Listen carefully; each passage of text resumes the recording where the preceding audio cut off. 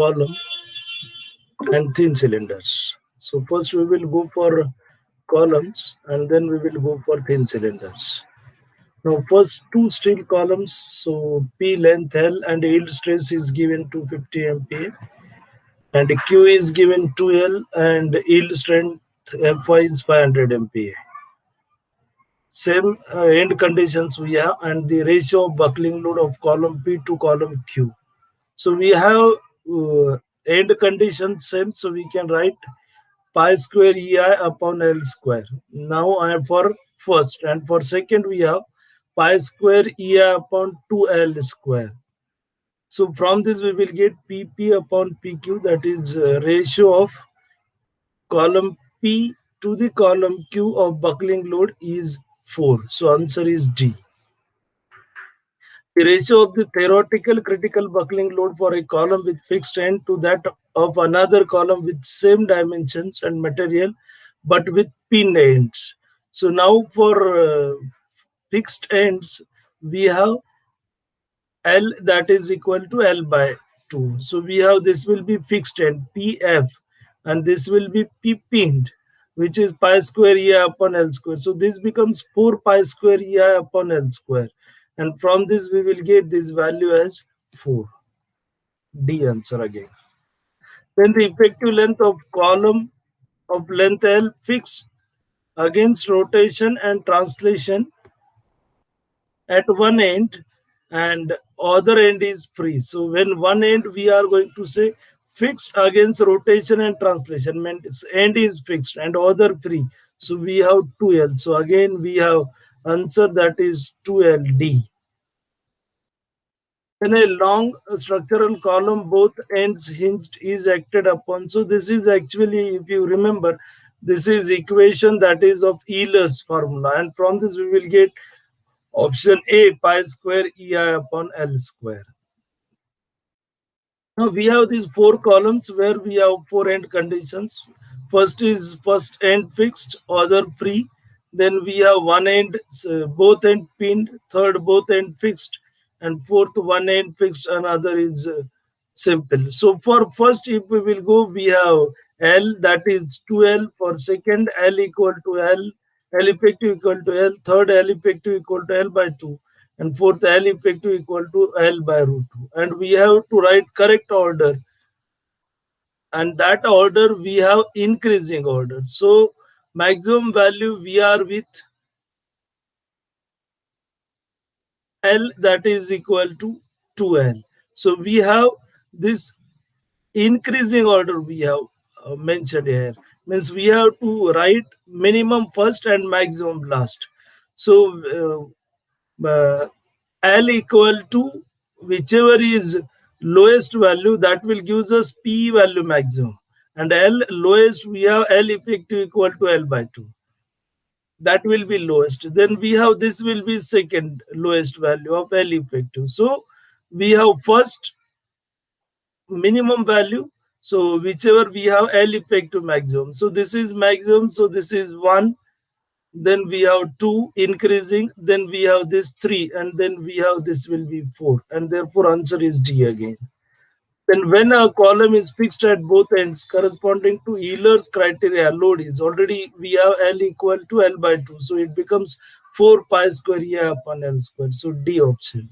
Then the current area of a solid circular section column of diameter D is concentric circle of diameter is S. So we have radius D by 8. So diameter becomes D by 8 into 2, that is D by 4. The axial load carrying capacity of a long column of given material cross-sectional area A and length L is governed by. So now it depends both, because formula is pi square EI. So EI is there upon L square. So slenderness ratio. If I will write I as A into R square. So we have both, that is D option again. Consider two axially loaded. So all data is given. And we are interested to write down based on the Euler's theory, the ratio of buckling load of column 2 to column 1. So we have first column one end fixed, other free, and second one end fixed, other simple. So we have this will be L, and then we will substitute these values, and from this we are going to get this as P2 upon P1, and value we have that is 8. Then if the following equation establishes equilibrium in slightly bent position, so this equation we have ei d2i by dx square plus p by ei into y equal to 0. And we have these four options. So now we have this y is equal to a sine mx plus b cos nx, which is the equation of the above solution of this equation. And now if we will substitute boundary conditions, then we are going to get value of a and b. And from this we will get solution of this. So first we have at m, and we have x0, y0. And if we will put this value, then we are going to get as x equal to 0. So we are going to get this sine mx0. And from this we will have b equal to 0. And then we will put at x equal to l, y0, from which we will get value of m is equal to n pi upon l. And then we will substitute these values in equation y, which will gives us a sine n pi x upon l. So the option is C. Then the sketch shows, so we have sketch of this, a column with a pin at the base and rollers at the top. It is subjected to axial force P and moment. Now if you will see, this is horizontal. So if I apply summation Fy0, then vertical reaction I will get it as P. And now if we will take moment about Q0, because both we have rollers, so horizontal reaction will be there. And therefore moment about Q0. So reaction horizontal, if I will say H, then we are going to get H into small h, and that will be equal to m. So we will get m upon h. So we have option, that is option is C. A rigid bar GH of length L is supported by a hinge and a spring stiffness K as shown in the figure. The buckling load PCR for the bar will be. Now you can see this. So this spring we are going to get as value. Let we have this displacement will be delta L. Then we are going to get this displacement towards the left. You can see this, and K into delta L. This will be the force developed in this when this will be shifted from this point to this due to load P, and therefore we have K into delta. This is delta. K is spring constant. So K into delta L we can say, and that is equal to P into delta. And from this we will get P is equal to K into L, because the delta gets cancelled. So because we are taking moment about O0, and from this we are going to get this as P into delta, that will be right hand side, and K into delta into L, that will be moment about O. K into delta, this will be force in spring, because force in spring we know that is K spring constant into displacement. And from this if we will take moment about O, so I can say this moment about G0 actually, and from this we will get K into L. Now in this, if we have these two separate, and if we have two acts along, then what will be the values we have to go for? So if we will see first, we have pi square EB into 2t whole cube upon 12 L square. So I have considered this total as single. And then we have considered, if you will see, then we have this will be 2 times. So this is for 1. So pi square EI upon L square. And I in first case is BT cube by 12, and in second case it is 2T, because we are considering this total will be the D. And here 2 times, because we are considering these two separate. And if we will substitute this, then we will get this P by P naught 4, which will be option B. And a steel column pinned at both ends has a buckling load 200 kilonewton. If the column is restrained against lateral moment at its mid height, its buckling load will be. Now see, your L becomes L by 2 in that case. And therefore, if we will put L upon L equal to L by 2, and then we are going to get this value, that is going to be equal to 4 into 200, that is 800 kilonewton. Answer we have D. Then the buckling load P equal to PCR for the column AB in figure as KT approaches infinity becomes. Now as KT approaches infinity, so this end becomes your fixed end, and this we have actually roller support along vertical direction. So this will act also as fixed end, and therefore we are going to get value of alpha equal to 4. Option D again. Then the maximum tensile stress at the section XX shown in figure below is. So we are interested to find out tensile stress.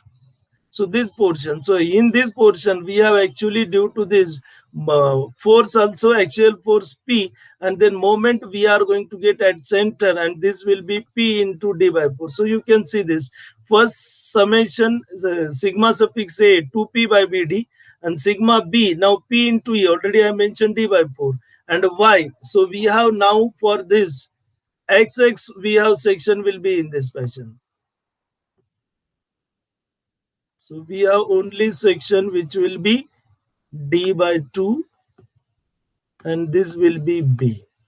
And for that we have to calculate the values, and therefore we have B D by 2 cube by 12. And so sigma A we will get 2P by BD and sigma B we will get 6P by BD. And if we will add this, then we are going to get 8P by BD, which will be option as A. Now in this we are going to find out, you can see this is maintained in its vertical positions and the system will be unstable equilibrium when P attains a value greater than. Now you can see this. So we have forces in both spring, that is K into delta. We have displacement del. So when displacement of B joint we have towards the left as delta, then we are going to get this spring will be towards C, and therefore force we have K into delta, and this will we are going to stretch, so K into delta. So we are going to get it as 2K delta, and then in the same fashion 2K delta into L. So this is actually I can say A. So we are taking moment about A. So 2K delta into L, and that is equal to P into this delta, and from this we will get P is equal to 2KL. So option we have C. So these are the questions about columns. Now we will go questions that is on thin cylinders. So thin walled cylindrical pressure vessel having a radius of 0.5 meter and wall thickness of 25 millimeter is subjected to an internal pressure 700 kPa. The hoop stress developed is. Now in this we are going to get actually this is given kilopascal. So we have actually kilo, that is 10 raised to 3 pascal. So 10 raised to 3, and below we have Newton 10 raised to minus. So 10 raised to minus 3 I can say. So we have actually this 700 into 10 raised to minus 3 into 2 into 500. Now this is most important. You have to convert kPa into MPa, because answer we are interested with MPa. And then how we will get this? This will be 10 raised to 3, which is kilopascal. And then pascal we have Newton per meter square. And then if we will put meter square into millimeter square, then this will be 10 raised to 6 millimeter square. And so then when it will go up, then you are going to get this as 10 raised to minus 3, and therefore we are going to get this as 14 MPa. Option is A. Now we have second a thin cylindrical vessel of mean diameter D. So these are the formulas actually for hoop stress. We have PD by 2T, and for longitudinal PD by 4T. So we have option that is A. Then a cylindrical tank of R. Now this we have first we have longitudinal and then we have circumferential, but in terms of R. So longitudinal we have seen we have PD upon 4T. So if I will write it as D equal to 2R, then it comes PR upon 2T. So we have PR upon 2T, and this will be D is 2R, then 2 cancel. So PR upon T. So we have option is B. Thin long cylindrical tank, and that we have internal gas pressure P and axial compressive force F at its ends. Then in order to produce pure shear state of stress, in the thin wall of the cylinder, F should be equal to. So we have given this, we will equal sigma minus sigma 1. And from this, we are going to get sigma H, that is hoop stress, which is equal to sigma minus sigma 1. Because we have to make this as 0. So if we have both tensile same, then it will go to the pure state of stress. And then we will substitute sigma H PR by T, and this will be F upon 2 pi RT. And sigma 1, we have longitudinal stress. And therefore, from this, we will get F equal to 3p pi r square. 3p, here we have actually pi r square. And then we have this option, that is D. So, sorry, option C, 3p pi r square. Then we have a thin cylindrical pressure vessel with closed ends is subjected to internal pressure. The ratio of circumferential hoop stress to the longitudinal hoop stress. Now we know this will be 2 because we have this circumferential. If we will go PR upon 2T, and if we will go for PR upon T for hoop stress, and we have PR upon 2T, which is for longitudinal stress. And therefore this 2 is denominator of denominator, and therefore it will go up, and then we are going to get this answer as 2. Then the same, just we have to keep in formula PD upon 2T. You can write PR upon T also. So you are going to get same answer, T 10 millimeters. A thin walled spherical shell is subjected to an internal pressure. So here they have mentioned that radius is increased by 1%. So my radius becomes 1.01. So 1.01 will be my radius, and my thickness is reduced by 1%, means it becomes 0.99. And then we are going to find out these two values. So you can see this sigma h1, which will be without reduction and increase, that is basic. And second, we have with reduction and increase. So we are going to get this value, and we are interested percentage change in the circumferential. So we are going to get it as sigma h2 minus sigma h1 upon sigma h1, and this comes 2.02. Option is D. So we have, these are the problems which are from columns and thin cylinders. And next we will go with another topic, and therefore thank you.